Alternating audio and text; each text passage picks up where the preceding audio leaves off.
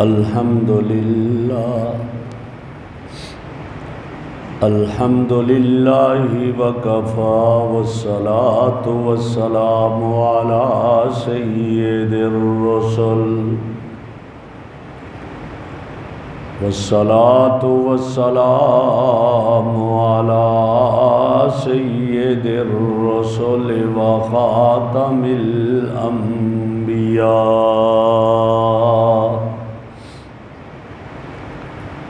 وعلى آله وأصحابه وأهل بيته أجمعين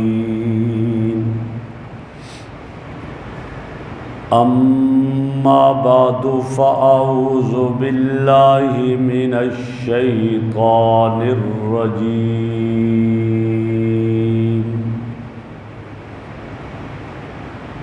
بسم الله الرحمن الرحيم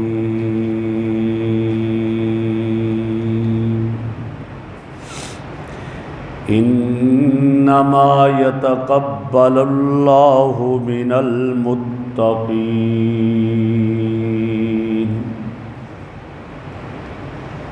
وقال الله تعالى قل هل ننبئكم بالأخسرين أعمالا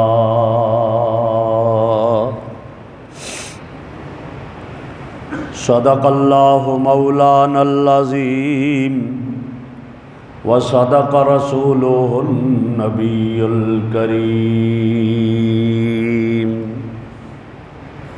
اللهم صل على سيدنا ومولانا محمد وعلى آل سيدنا ومولانا محمد وأصحاب سيدنا ومولانا محمد وبارك وسلم عليه.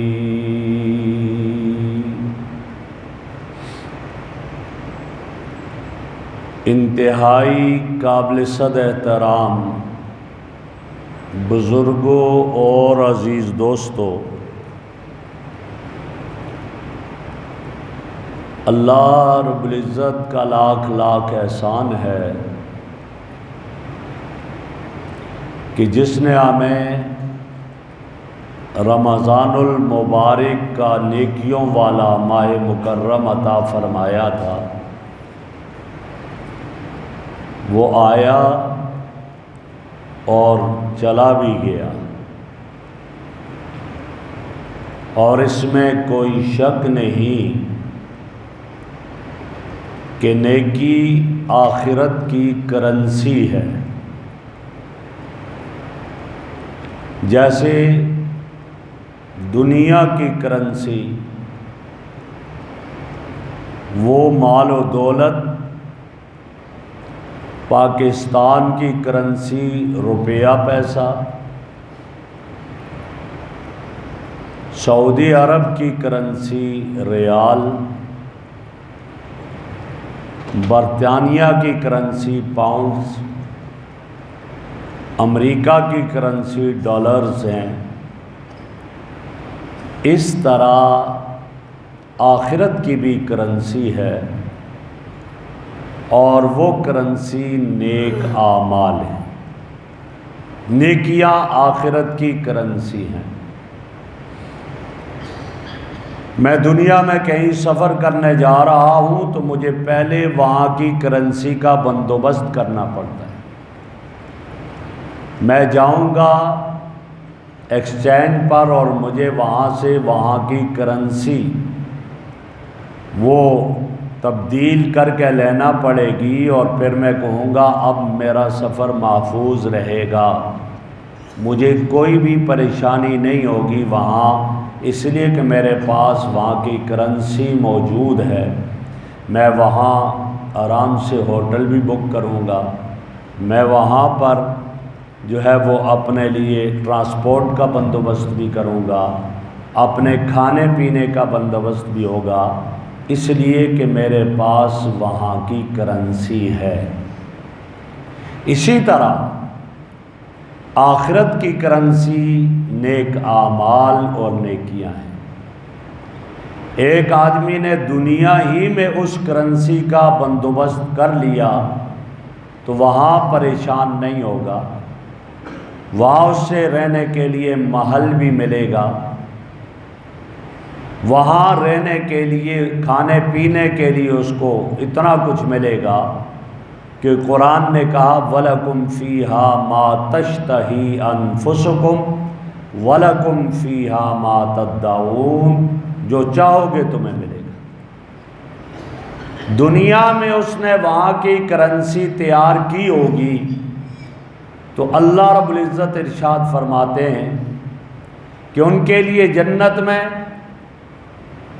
فیہا ازواج مطہرہ، پاکیزہ بیویاں ہوں گی، کھانے کے لیے پھل ہوں گے، وَأُتُوا بِهِ مُتَشَابِهًا، اور اگر وہ دنیا سے ہی یہ کرنسی کا تبادلہ کر کے نہیں گیا تو وہاں پچھتانا پڑے گا، لیکن اس پچھتانے کا فائدہ نہیں ہوگا۔ ایک بات تو یہ۔ دوسری بات یہ ہے کہ دنیا میں ہر شخص کوشش کرتا ہے کہ میرے پاس کرنسی زیادہ سے زیادہ ہو، حصول کی کوشش کرتا ہے۔ وہ دن کو مزدوری بھی کرتا ہے، اوور ٹائم لگاتا ہے، سب کچھ کرتا ہے کہ میرے پاس زیادہ سے زیادہ کرنسی ہو۔ تو بھائی آخرت کی کرنسی بھی جس کے پاس زیادہ ہوگی اور سنبھالی ہوئی ہوگی وہ کام آئے گی، ورنہ فائدہ نہیں ہوگا۔ اگر آخرت کی ہمیشہ ہمیشہ کی خوشحالی کی زندگی چاہتا ہے تو پھر زیادہ سے زیادہ کرنسی یہاں سے لے کر جائے گا، پھر وہاں پر اس کا فائدہ ہوگا، ورنہ نہیں۔ اور آپ یہ بھی دیکھتے ہیں کہ ایک آدمی کے پاس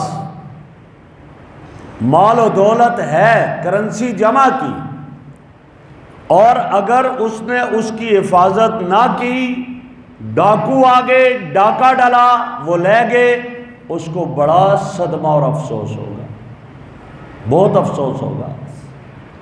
جیسے ایک آدمی نے کمایا ہی نہیں تو گھر والے جانتے ہیں یہ ہے ہی ڈسیبل آدمی ہے، سست آدمی ہے، کچھ نہیں کماتا ہے ہی کچھ نہیں گھر میں۔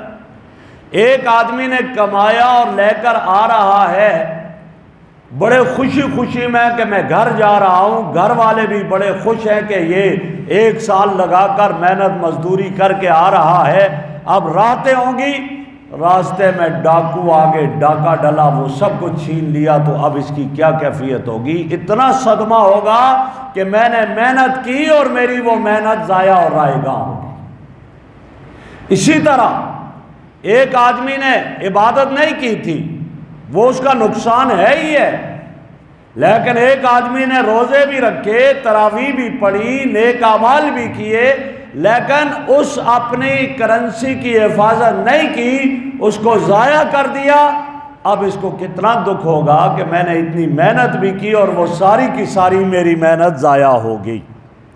لہٰذا اس کی طرف، اور یہ سب سے بڑا خسارہ ہے، اور قرآن میں اسی کا تذکرہ ہے۔ میرے رب نے فرمایا قل، آپ فرما دیجئے، هل ننبئکم بالاخسرین اعمالا، کیا میں تمہیں اس سے باخبر نہ کروں کہ اعمال کے اعتبار سے سب سے زیادہ خسارے والے کون ہیں؟ فرمایا سب سے زیادہ خسارے والے ہم یحسبون انہم یحسنون صنعا، وہ ہیں جو گمان کرتے ہیں کہ ہم تو بہت نیک اعمال کر رہے ہیں، کیے تو صحیح نیک اعمال، لیکن ان نیک اعمال کی حفاظت نہیں کی، ان کو گویا اپنے پاس محفوظ نہیں رکھا، جب نہیں رکھا وہ سارے کے سارے راستے میں ضائع ہو گئے، راستے میں حبط ہو گئے۔ یہ لوگ زیادہ خسارے والے ہیں، یہ بہت زیادہ خسارے والے ہیں۔ محنت کی، سب کچھ کیا، لیکن آخر میں فائدہ کچھ بھی نہ ہوا، لہذا فرمایا یہ زیادہ خسارے اور زیادہ نقصان والے ہیں۔ تو اس لیے میرے بھائیوں، حقیقی نقصان اور حقیقی خسارہ اس آدمی کا ہے جس نے نیک اعمال کیے لیکن پھر ان کو قبولیت کے درجے پر نہ پہنچا سکا، ان کو اللہ کے ہاں مقبول نہ کروا سکا، یہ زیادہ خسارے والا ہے۔ اور اس کی مثالیں ہمارے سامنے ہیں، بڑی نیکیاں کی لیکن جب قبولیت کے اس درجے میں نہ آئی تو اللہ نے انہیں خائب و خاسر کر دیا۔ یہ کون ہے؟ ابلیس، شیطان، ہزاروں سال تک سجدے کرتا رہا، عبادت کرتا رہا اللہ کی، اور یہاں تک کہ لقب کیا پایا اس نے؟ طاؤوس الملائکہ کا لقب پایا اس نے، لیکن اس عبادت کو اللہ کے ہاں قبول نہ کروا سکا، مردود بنا۔ تو اللہ نے کیا فرما دیا؟ اخرج منہا فإنک رجیم، نکل جاؤ یہاں سے، تم راندہ درگاہ ہو۔ اللہ نے اس کو راندہ درگاہ قرار دیا۔ عبادت تو کی لیکن اس عبادت کی حفاظت نہ کر سکا، اس کو قبولیت کا شرف نہ دلوا سکا، اللہ نے اس کو راندہ درگاہ کر دیا۔ فرمایا نکل جاؤ یہاں سے، تم مردود ہو۔ اسی طرح ایک شخص گزرا ہے قرآن میں جس کا تذکرہ ہے، بلعم بن باورا، 450 سال تک عبادت کرتا رہا، اور ایسی عبادت کی کہ اس کو مستجاب الدعوات قرار دیا، جو دعا کرتا تھا وہ دعا قبول ہوتی تھی، لیکن اس عبادت کو اس نے قبولیت کا شرف نہیں پہنچایا وہاں تک، اور اس عبادت کی حفاظت نہ کر سکا، تو نتیجہ کیا نکلا؟ اللہ نے راندہ درگاہ کر دیا، اور اللہ نے قرآن میں تذکرہ کرتے ہوئے فرمایا فَمَثَلُهُ كَمَثَلِ الْكَلْبِ، اس کی مثال کتے کی طرح ہے جو زبان نکال کر ہانپ رہا ہوتا ہے۔ کیوں؟ اس کی زبان باہر نکل آئی تھی کتے کی طرح۔ تو جب اعمال تو کیے لیکن اعمال کو قبولیت کے درجے تک نہ پہنچا سکا، اس لیے کہ ان اعمال کی حفاظت نہ کر سکا۔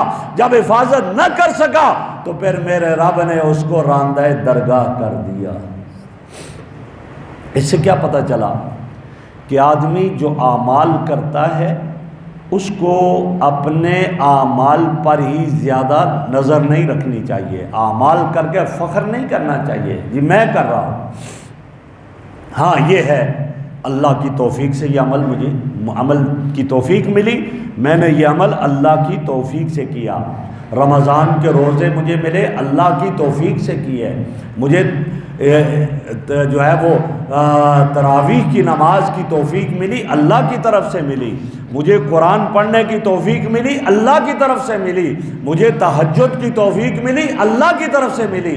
جب یہ سب کچھ اللہ کی طرف سے ملا ہے تو اللہ میں جنت کا ٹھیکیدار نہیں ہوں، میں تیری رحمت کا امیدوار ہوں، یہ سوچا کرے اور یہ کہا جائے کہ اللہ تیری رحمت کا امیدوار ہوں۔ یہی وجہ ہے کہ حضرت جنید بغدادی رحمہ اللہ فرمایا کرتے تھے جو شخص اعمال نہ کرے اور بس اللہ کی رحمت کی طرف دیکھتے ہوئے کہے جی اللہ غفور الرحیم ہے، بخش دے گا، مجھے جنت میں لے جائے گا، فرمایا یہ شخص بڑا دھوکے میں ہے، اپنے آپ کو دھوکہ دے رہا ہے۔ نماز پڑھ نہیں رہا، کہتا ہے اللہ غفور الرحیم ہے، سود کھا رہا ہے، کہتا ہے اللہ غفور الرحیم ہے، اللہ معاف کر دے گا۔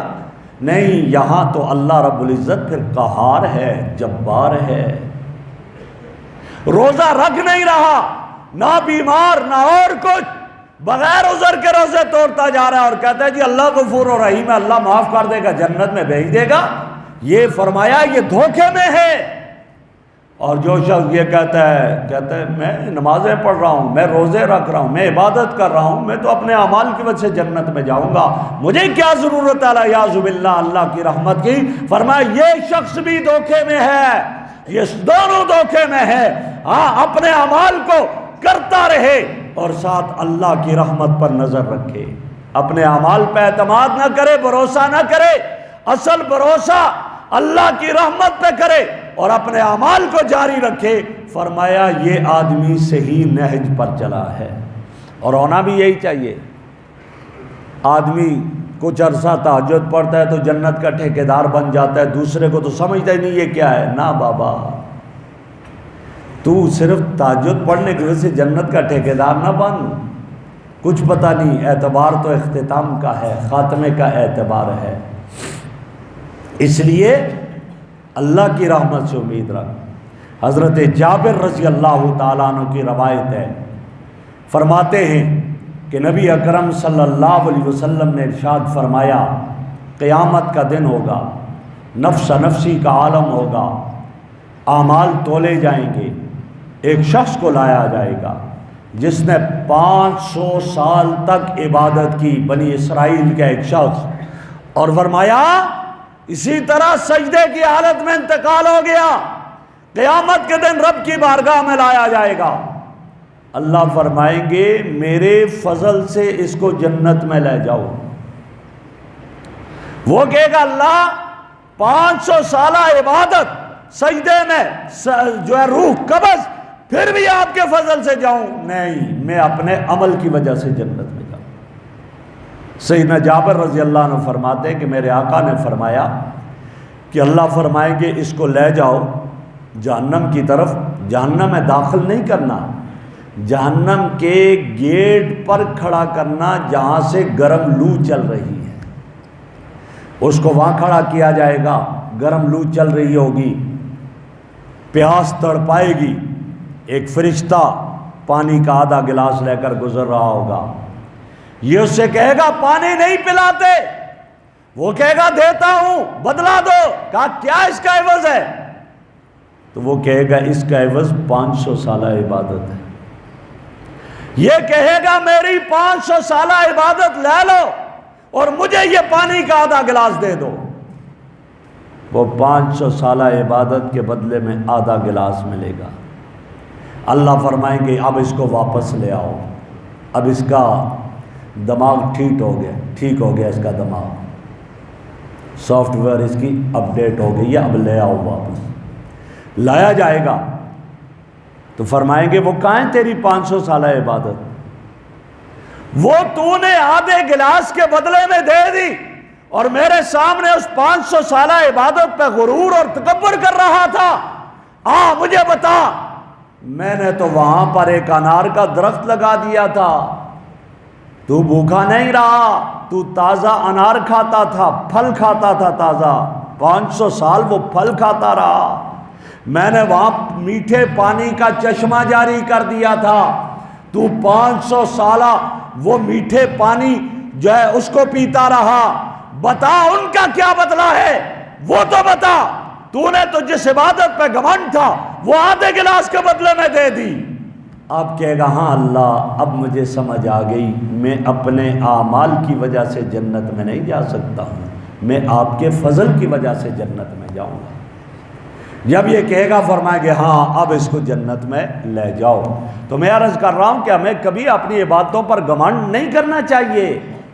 ہمارے آقا امام الانبیاء صلی اللہ علیہ وسلم کی عبادت ایسی کسی کی عبادت نہیں، ایسی عبادت کے رب فرما رہے ہیں کہ میرے محبوب کبھی مجھے راضی کرنے کے لیے سو بھی جایا کر، پاؤں پہ ورم پڑ جاتے تھے حتی یتورمت قدماہ، لیکن کیا فرماتے؟ اتنی بھرپور عبادت اللہ کی، اور اتنی بھرپور عبادت کے بعد کیا فرماتے تھے آخر میں؟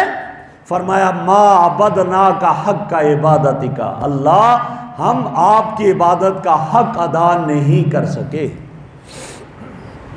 امام اعظم ابو حنیفہ جیسا شخص جس نے 40 سال تک عشاء کے وضو سے فجر کی نماز پڑھی ہے، لیکن اس بات کو اس اینگل میں دیکھیں، کئی غلط اینگل میں دیکھتے ہیں، وہ کہتے 40 سال، بھائی 40 سال نہیں، روزانہ کی بات ہے کہ روزانہ عشاء کا وضو کیا، پوری رات عبادت میں گزاری ہے، اور پھر فجر کی نماز پڑھی ہے، فجر کی نماز پڑھی اس کے بعد آرام کیا، پھر آگے دوبارہ۔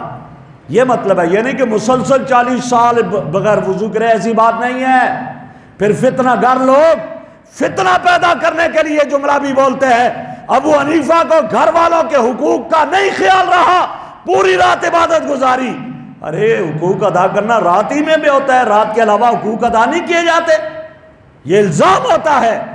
وہ شخص ایسا عظیم انسان امام اعظم ابو حنیفہ رحمہ اللہ، لیکن جب عمرے پر گئے 40 سال اس طرح عبادت کرنے والا جب عمرے پر گیا، طواف کیا بیت اللہ کا، طواف کرنے کے بعد مقام ابراہیم پر 2 رکعت نوافل ادا کیے، ادا کرنے کے بعد رب سے جو دعا کی، اس دعا میں عجیب یہ کلمات بھی تھے، اے میرے مولا ما عبدناک حق عبادت کا، تیری عبادت کا حق ادا نہیں کر سکا۔ ہم سوچیں ذرا، ہم تو آتے ہی ہیں آخری رکعت میں شامل ہوتے ہیں جماعت کی، اور پھر جنت کے ٹھیکیدار بن جاتے ہیں، اور وہ شخص کہتا ہے ما عبدناک حق عبادت کا، اللہ تیری عبادت کا حق ادا نہیں کر سکا۔ یہ ہے لوگ، پھر ان کی عبادت اللہ کے یہاں کیوں قبول نہ ہو؟ یہ ایک اعتراض کرتا ہے ایک شخص، گویا ایک معترض اعتراض کرے گا کہ جب یہ ایسی عبادت نہیں کر سکے جیسی چاہیے تھی، پھر اجر و ثواب کیسا ہوگا اس پر؟ اجر و ثواب کیسا؟ عجیب جواب دیا، فرمایا والد بڑا مہربان ہوتا ہے، اپنے بچے کو اسکول بھیجتا ہے، پہلی دفعہ بیٹا جاؤ اسکول میں، وہ گیا اسکول میں، اب تو وہ زمانہ نہیں رہا، پہلے تختی لکھنے کا زمانہ ہوتا تھا، تو پھر لکھتے بھی کتنا، خط کتنا خوبصورت ہوتا تھا، اب تو کمپیوٹر پر چلے گئے ہیں بس۔ کہا اسکول بھیجا، تختی لے کر گیا، پہلا دن ہے، اس نے تختی پر ٹیڑھی میڑھی لکیریں نکالی، ادھر لکیر ادھر ادھر، واپس آیا کپڑوں پر بھی سیاہی لگی ہوئی، ہاتھ بھی سیاہی سے گندے، انگلیوں کو سیاہی لگی ہوئی، سب کچھ۔ جو ہی آیا، ابا جی میں نے آج سیکھا ہے، میں سیکھنے گیا تھا۔ باپ اس کی ٹیڑھی میڑھی لکیروں کو تختی پر دیکھ کر کے، اس کے کپڑوں پر سیاہی، ہاتھوں پر سیاہی دیکھ کر غصہ نہیں ہوتا، باپ خوش ہو کر اس کو انعام دیتا ہے۔ ماشاءاللہ میرے بیٹے نے لکھنا سیکھ لیا، انعام دیتا ہے۔ کہا وہ باپ اس کو انعام اپنے مہربانی کی وجہ سے دیتا ہے، میرا رب تو کتنا زیادہ مہربان ہے، وہ اپنے بندوں کی اس عبادت، ٹیڑھی میڑھی عبادت کو دیکھ کر کے وہ ناراض نہیں ہوتا، وہ خوش ہوتا ہے کہ میرے بندے نے یہ عبادت کی ہے، وہ اپنی رحمت کے اعتبار سے انعام دیتا ہے، اجر و ثواب دیتا ہے۔ اس کا اجر و ثواب تو اپنی رحمت کے اعتبار سے، اس نے دیکھا یہ صبح سے شام تک کھانے پینے سے رکا رہا، بھوک سے پیاس سے، یہ رات کو کھڑا عبادت کرتا رہا، یہ قرآن مجید پڑھتا رہا، تلاوت کرتا رہا، یہ تہجد میں اٹھا ہے، اپنی نیند کو قربان کیا ہے۔ ٹھیک ہے حق کی عبادت تو نہیں، لیکن میری رحمت کا تقاضا یہ ہے کہ جیسی بھی اس کی ٹیڑھی میڑھی عبادت ہے مجھے وہ قبول کر لینی چاہیے۔ وہ رب اس کی ٹیڑھی میڑھی عبادت کو قبول کر کے اس کو اس پر اجر و ثواب عطا فرماتے ہیں۔ میرا رب تو اس لیے اس کو اجر و ثواب عطا فرماتا ہے۔ لہٰذا کیا پتہ چلا؟ پتہ یہ چلا کہ جو ہمارے رب نے ہمیں عبادات کی توفیق دی ہے، ہمیں چاہیے کہ ہم ان عبادتوں کی حفاظت کریں، ان اعمال کی حفاظت کریں، اور اللہ کے حضور جب جائیں تو ان کو محفوظ کر کے جائیں۔ اللہ کے ہاں زیادہ عبادت لے کر آنے کا نہیں ہے، اصل کیا ہے؟ عبادت کو، نیکی کو محفوظ کر کے آئے، یہ ہے اللہ کے ہاں۔ جیسے میں نے عرض کیا نا کہ ایک آدمی نے مزدوری کی لیکن وہ محفوظ نہیں کر سکا، راستے میں چوری ہوگی، کتنا دکھ ہوگا۔ اسی طرح اس آدمی نے نیکیاں تو خوب کی، تہجد بھی پڑھتا رہا، روزے بھی رکھے، شوال کے روزے بھی رکھے۔ میرے آقا نے کیا فرمایا؟ جس آدمی نے رمضان کے روزے رکھے اور پھر شوال کے 6 روزے رکھے، فرمایا اس کو پورے سال کے روزوں کے برابر اجر ملے گا، شوال کے 6 روزے۔ اور میں نے فجر میں کہا تھا کہ ان میں مسلسل 6 روزے رکھنا ضروری نہیں ہے، پورے مہینے میں 6 روزے رکھ لے، 2 3 ایک ہفتے میں کر کے رکھ لے، پھر بھی کوئی حرج نہیں۔ وہ تو مسلسل اس رکھتے کہ عادت بنی ہوتی ہے، 6 روزے رکھتا ہے شوال کے، اس کو پورے سال کے روزوں کے برابر اجر ملے گا۔ یہ عبادت کی۔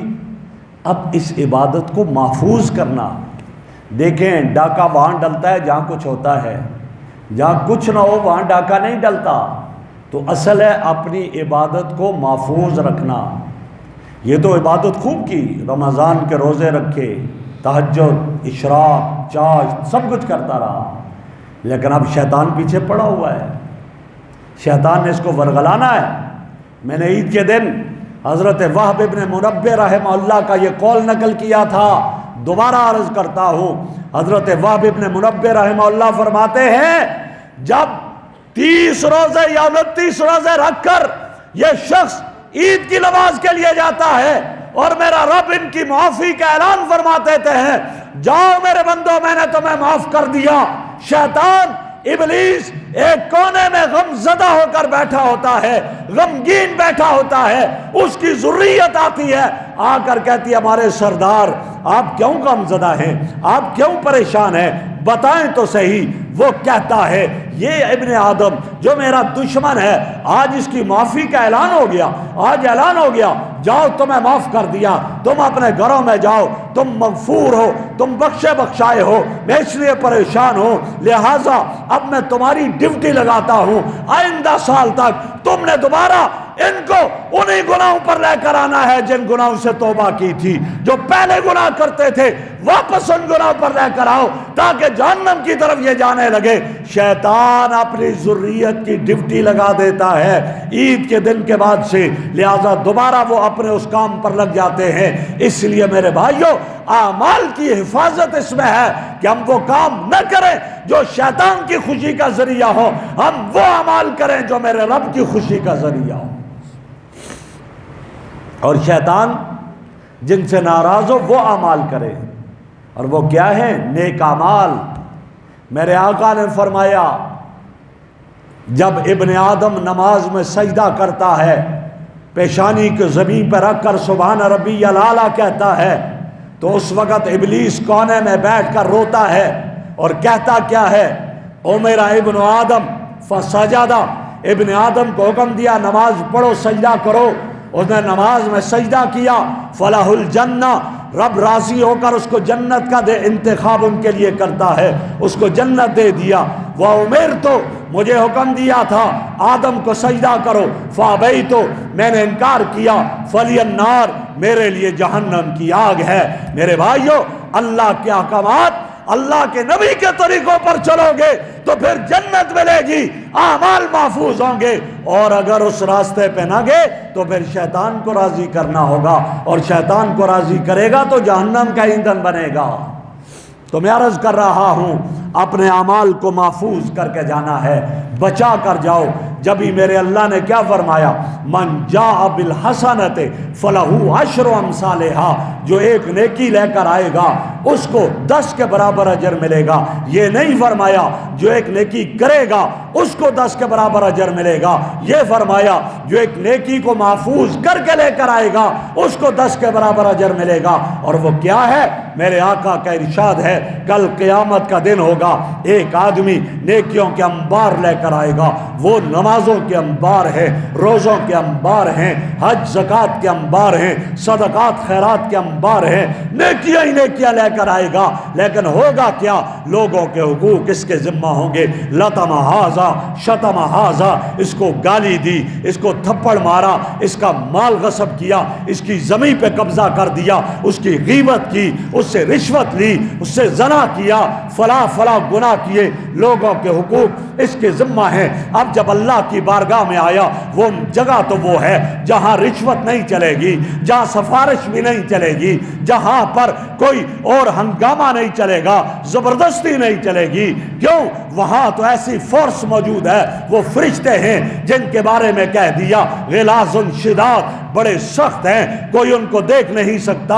لا یعصون اللہ ما امرہم، اللہ نے جو حکم دیا اللہ کے حکم کی نافرمانی نہیں کریں گے، رشوت لے کر چھوڑ دیں ایسا بھی نہیں ہوگا، کسی بڑے آدمی کی دھمکی سے ڈر کر چھوڑ دیں ایسا بھی نہیں ہوگا۔ اب وہاں وہ وقت ہوگا کہا جائے گا بتا تو نے تو اس کو گالی دی تھی، اب کیا کیا جائے گا؟ اب یہاں یہ گالی تجھے نہیں دے گا، اب یہ ہوگا تیری نیکی اس کے بدلے میں دی جائے گی، تو نے اس کی غیبت کی تھی تیری نیکیوں میں اس کو دیا جائے گا، جس کو تھپڑ مارا اس کی نیکیوں میں سے نکال کر اس کو نیکیاں دی جائیں گی، نیکیوں کے انبار لے کر آیا تھا، لوگوں کے اس کے ذمہ حقوق تھے، اس کی نیکیاں نکال کر ان لوگوں کو دے دی جائیں گی، یہاں تک کہ اس کے پاس کچھ بھی نہیں رہے گا، جب خالی ہو جائے گا اب بھی لوگوں کے حقوق اس کے ذمہ ہے، اب بھی لوگوں کی زمینوں پہ قبضہ کرتا رہا، اب بھی لوگوں کو ناحق ڈراتا رہا، اب بھی لوگوں کو ناحق قتل کرتا رہا، اب کہا جائے گا وہ لوگ جن کے اس کے ذمہ حقوق ہیں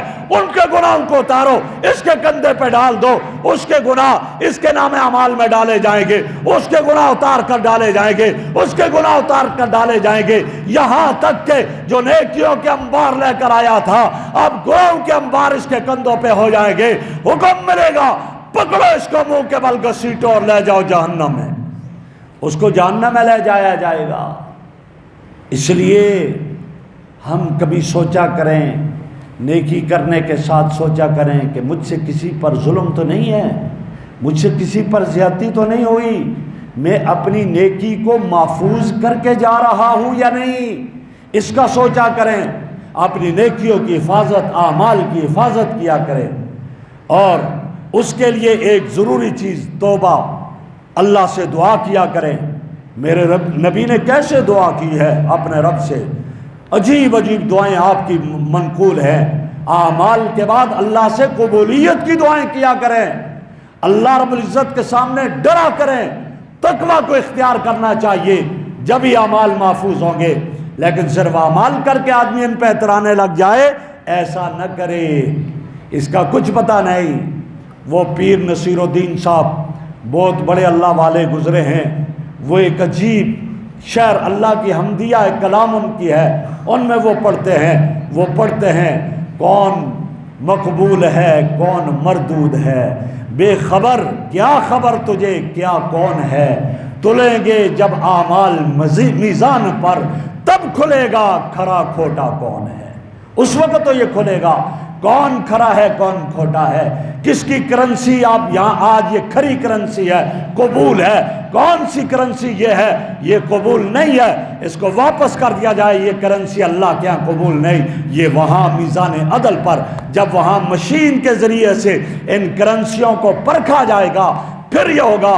اور آپ نے دیکھا ہوگا کئی لوگ دنیا میں بھی کرنسی کو چیک کرنے کے لیے اپنے پاس مشین رکھتے ہیں کہ میں دیکھوں آیا یہ جعلی نوٹ 50,000 کا 5,000 کا نوٹ جعلی تو نہیں ہے، یہ اصلی نوٹ ہے یا نہیں ہے، یہ سکہ اصلی ہے یا نہیں ہے، سونے والے کے پاس ہوتی ہے مشین، وہ اس کو پرکھتا ہے یہ اصلی سونا ہے یا 2 نمبر سونا ہے۔ میرے بھائی وہاں بھی اس میزان عدل پر وہ مشین لگی ہوگی، وہاں کرنسیوں کو پرکھا جائے گا، جس نے پہلے ہی نوٹوں کو پرکھ دیا ہے یہ اصلی نوٹ ہے یہ جعلی نوٹ نہیں ہے، وہ جب بینک میں جاتا ہے اور مزے سے جاتا ہے لے لیجئے گا یہ میرے اکاؤنٹ میں جمع کر دو، اس کو پتہ ہے سب اصلی ہے، لیکن اگر وہ نقلی نوٹ لے کر جائے گا دل کھٹکتا رہتا ہے، ابھی یہ پرکھ نہ لے ابھی نہ پکڑ لے، جب دیکھا یہ جعلی نوٹ ہے وہیں سے پولیس کو بلاتا ہے اس نے غداری کی ہے اس کو جیل میں ڈال دیا جائے، وہ پھر یہ تو اس لیے ہم دنیا میں